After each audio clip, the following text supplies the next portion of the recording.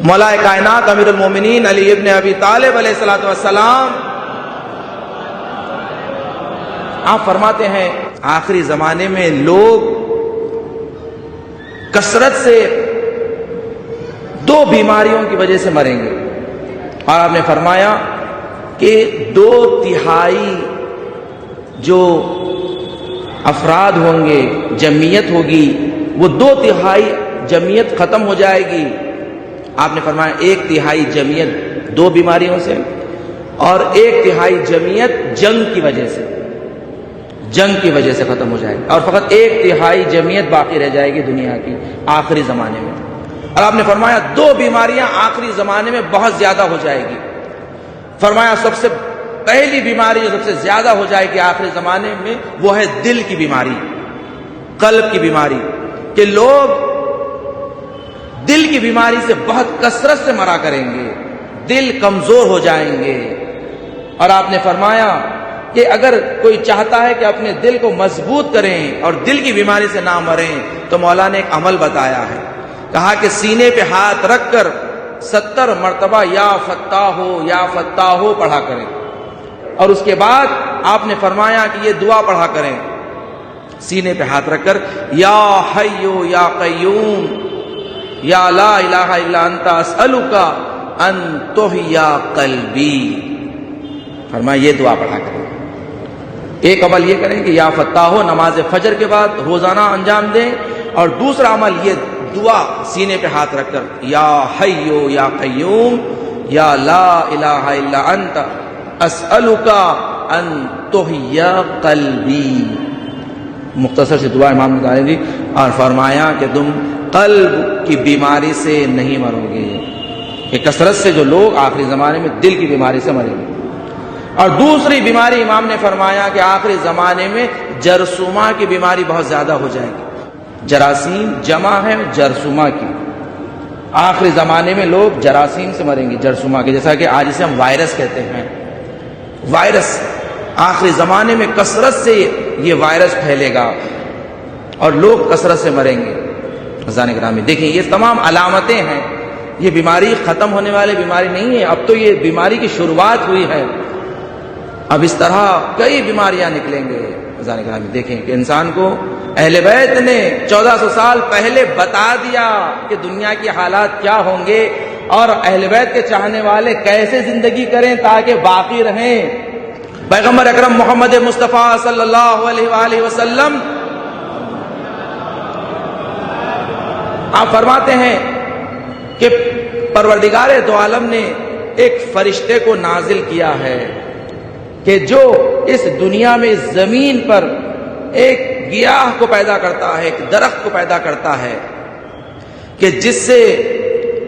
اسپند پیدا ہوتا ہے، اسپند، اور اسپند کہتے ہیں ہرمل کے بیج، ہرمل۔ فرمایا یہ 72 بیماریوں کا علاج، 72 بلاؤں سے حفاظت کا اس میں اللہ نے ضمانت دی ہے۔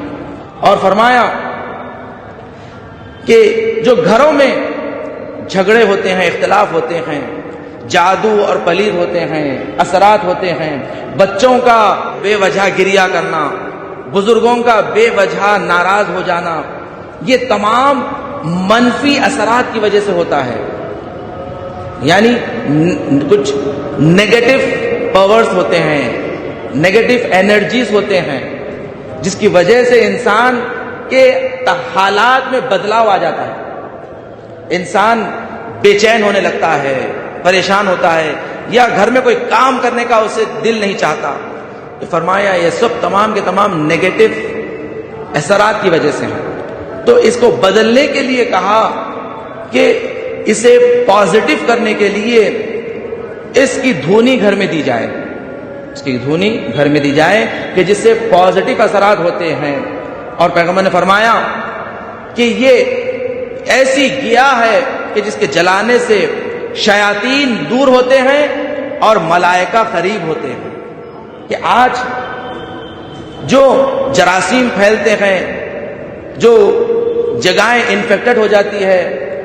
سینیٹائز کیا جاتا ہے آج کے الفاظ میں، تو شریعت نے، دین نے بھی ہمیں سینیٹائز کرنے کا طریقہ بتایا ہے کہ دیکھو کس طرح تم اپنے گھروں کو سینیٹائز کرو، گھر میں دھونی دیا کرو، اسپنج جلایا کرو،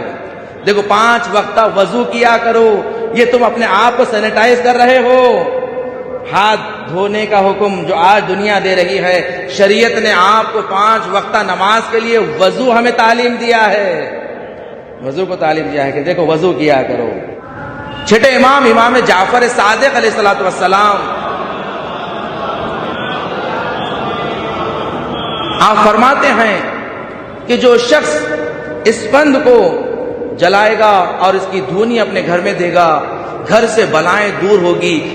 70 کمرے، امام نے کہا لفظ کمرے کا لفظ، ہر گھر میں شیاطین کمرے بناتے ہیں، انہیں بھگانے کے لیے اسپنج جلایا۔ یہ دیکھیں شیاطین، آج جو بہت ساری روایات میں جو شیاطین کا لفظ آیا ہے، اس سے آج ہم تعبیر کرتے ہیں جراثیم۔ جراثیم اگر انسان مسواک نہ کریں تو روایات میں ہے کہ دانتوں میں شیاطین جمع ہوتے ہیں، تو اس سے مراد وہی جراثیم ہے کہ جراثیم کا جمع ہونا۔ تو امام نے فرمایا کہ 70 کمرے شیاطین بناتے ہیں، تو اور جو شخص یہ دھونی گھر میں دے گا، شیاطین دور ہوتے ہیں، ملائکہ قریب ہوتے ہیں۔ اور اس کا طریقہ بھی بتایا ہے، اس کا طریقہ بھی بتایا گیا ہے کہ کیسے اس کی دھونی دی جائے، اس لیے کہ اس کا طرز استفادہ یعنی کیسے کیا جائے، کیسے کیا جائے، یہ بڑا اہم ہوتا ہے مرحلہ۔ کہ علماء نے اس کا عمل بتایا ہے کہ اس کا بہترین وقت جلانے کا یہ ہے کہ غروب آفتاب سے پہلے، مغرب سے آدھا گھنٹہ پہلے اپنے سیدھے ہاتھ میں تھوڑا سا اسپنج لے لیں، ہرمل کے بیج لے لیں، اور اس میں کچھ دانے نمک کے ڈال کر اس پر 7 مرتبہ سورہ حمد اور 7 مرتبہ سورہ توحید، سورہ قل هو اللہ احد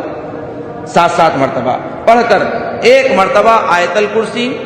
اور 1 مرتبہ 4 قل، 1 مرتبہ چاروں قل، سورہ کافرون، سورہ قل هو اللہ احد، سورہ فلق، سورہ ناس، یہ چاروں قل 1 مرتبہ پڑھ کر 3 مرتبہ درود پڑھ کر فرمایا کہ اسے آگ پر، اس کوئلے پر، جلتے ہوئے کوئلے پر ڈال دو، اس کی جو دھونی تمہارے گھر میں جائے گی، اس گھر سے بلائیں دور ہو جائیں گی۔ آپ دیکھیں کہ یہی عمل